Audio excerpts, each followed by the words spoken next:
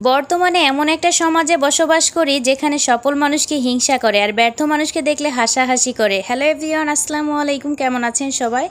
আশা করি ভালো আছেন। আলহামদুলিল্লাহ আমিও ভালো আছি। নতুন একটা ব্লগে আবারও স্বাগত জানাচ্ছি সবাইকে।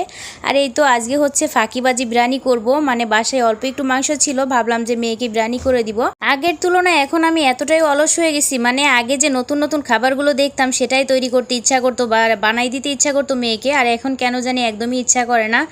আগে অনেক পুডিং বা কেক যেটাই দেখতাম নতুন নতুন রেসিপিগুলো ট্রাই করতাম, আর এখন কেন জানি নিজের যে রেগুলার খাবার সেই খাবারটাই রান্না করতে ইচ্ছা করে না। যাই হোক, তার ভিতর হচ্ছে রান্নাগুলো তো করতেই হবে। একটা বয়সের পর আমরা কিন্তু সবাই বুঝতে শিখে যাই, যখনই সফল হবেন তখন কিন্তু মানুষ আপনাকে হিংসা করতে শুরু করবে, আর যখন আপনি ব্যর্থ থাকবেন তখন কিন্তু আপনার পিছনে মানুষ সমালোচনা করবে। এটা কিন্তু সত্যি কথা। আর আমরা যখন নতুন নতুন কন্টেন্ট ক্রিয়েটার শুরু করেছি তখন কিন্তু মানুষ আমাদের নিয়ে হাসাহাসি করেছে, সাপোর্ট করা বা আমাদের পাশে থাকার বদলে হাসাহাসি করেছে। যখন আপনি একজন সফল কন্টেন্ট ক্রিয়েটর হয়ে যাবেন তখন মানুষ আপনাকে নিয়ে হিংসা করবে। তখনই দেখবেন আপনি ভালো কিছু করতে যাচ্ছেন, তখনই দেখবেন আপনার আশেপাশে থেকে আপনার প্রিয়জন মানে বন্ধু বান্ধব বা আপনজন সবাই সরে গেছে। আর যখন দেখবেন আপনি ভালো কিছু করেছেন তখন দেখবেন তারাই প্রথমত হিংসা করতেছে। তারপরও একটা কথা বলবো, কে কি বলে কে কি করতেছে সেগুলো বাদ দিয়ে আমরা যারা কাজ করতেছি সবাই নিজের মনোযোগ দিয়ে যদি কাজ করি ইনশাল্লাহ সবাই একদিন সফল হব। যাই হোক, এই তো দেখতেই পাচ্ছেন আমি হচ্ছে বিরিয়ানির জন্য প্রথমত মাংসটা একটু কষাই নিব, আর মাংস কষানোর জন্য এখানে একটু বেরেস্তা করে নিয়েছি। কিছুটা বেরেস্তা আমি তুলে রাখছি যেহেতু বিরিয়ানির পরে আমি ওটা ব্যবহার করব। আর এখানে হচ্ছে পর্যাপ্ত পরিমাণে মশলা ব্যবহার করলাম, যেটা আদা রসুন যেগুলো মশলা আসলে মাংসই লাগে সেটা। আর এই তো এখানে হচ্ছে কিছুটা কাঁচামরিচ ব্যবহার করলাম, সাধারণত কাঁচামরিচটাই ব্যবহার করে। আমার বাসায় টক দই ছিল না, এই জন্য আমি দুধের ভিতর কিছুটা লেবুর রস দিয়ে টক দইটা একটু রেডি করে রাখছি যাতে করে এটাই ব্যবহার করতে পারি। আর এই তো এখানে হচ্ছে মাংসটা আমি দিয়ে দিলাম। আমি মনে করছিলাম ফ্রিজে হয়তো 2 পুটলা মাংস আছে, পরে দেখি ও মা 1 পুটলা মাংস আছে। যাই হোক, তার ভিতর হচ্ছে এই মাংসটা দিয়ে আমি আজকে বিরিয়ানি রান্না করব। আর আমি যেহেতু খাবার পরে ভয়েস ওভার করতেছি, এত মজা হয়েছিল আজকের বিরিয়ানিটা। খুবই অল্প পরিমাণে যেদিন রান্না করি যে কোনো খাবার সেদিন সেই খাবারটা কিন্তু অনেক বেশি মজা হয়। বেশি রান্না করলে সেই খাবারের স্বাদ কিন্তু একটু কম থাকে আমার মনে হয় যেটা।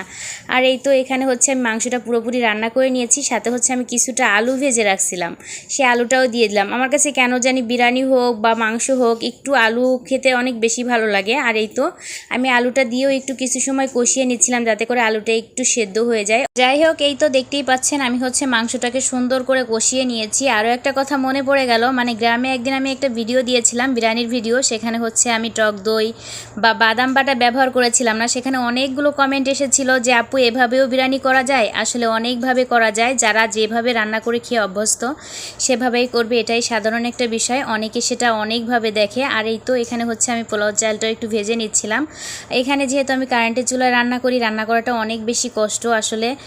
দেখা গেল অন্য পাতিল সাপোর্ট করেন আমার এই চুলাটায়, এইভাবেই রান্না করতে হয়। আর এই তো এখানে হচ্ছে আমি পোলাও চালটা সুন্দর করে কষিয়ে আমি গরম পানি অ্যাড করে দিয়েছিলাম।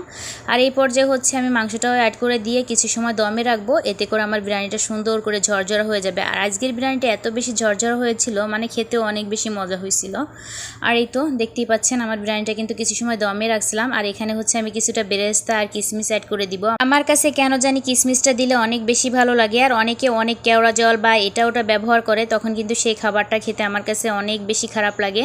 আর এই তো এখানে হচ্ছে আমি এখানে বেরেস্তাটা অ্যাড করে দিয়ে অল্প সময় ঢেকে রেখে আমি নামিয়ে নিব খাবারটা। আমার খাবারটা কিন্তু পুরোপুরি রেডি, আর খাবারটা সুন্দরভাবে হয়ে গেছে। আর আজকে দুপুরে রান্না ছিল এটা ছিল আমার 2 দিন আগের একটা ভিডিও। যাই হোক, আমি এর ভিতর ভিডিওটা যেহেতু শেয়ার করি নাই তাই ভাবলাম যে আজকে ভিডিওটা শেয়ার করব। আর এই তো এখানে হচ্ছে আমি খাবারটা এখন নামিয়ে নিয়ে গরম গরম সার্ভ করে দিব।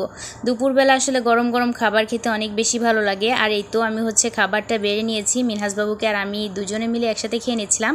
আসলে বেশিরভাগ সময় আমি আমার ছেলে একসাথেই খেতে বসি, এতে করে দুজনের খাবারটা হয়ে যায়। যাই হোক, সবাই ভালো থাকবেন, সুস্থ থাকবেন। আজকের মতো এই পর্যন্ত, আল্লাহ হাফেজ।